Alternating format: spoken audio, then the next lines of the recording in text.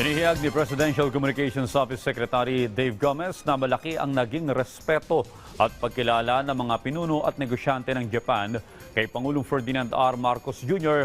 para sa kanyang state visit. Di ni Secretary Gomez, nagpapakita lamang ito kung paano pinahahalagaan ng Pilipinas ang ika-70 taong anibersaryo ng strategic partnership sa Japan. Dagdag pa ng kalihim, dahil sa ganitong malalim na ugnayan ng dalawang bansa, nakakuha ang Pilipinas ng bilyong-bilyong pisong pangakong investment mula sa Japan ay naasahang makakalikha na naman ng libu-libong trabaho para sa mga Pilipino. Napakataas ng respeto ng mga Japanese counterparts natin sa liderato ng ating Pangulo, no?